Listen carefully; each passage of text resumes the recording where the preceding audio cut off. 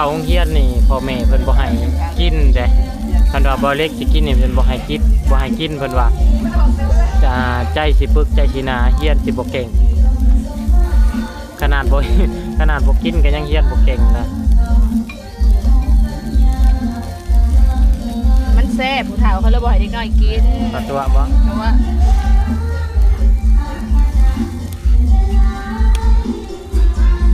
มันแท้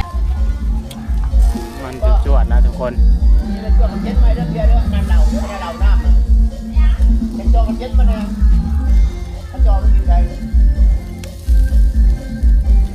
ปีใหม่ก็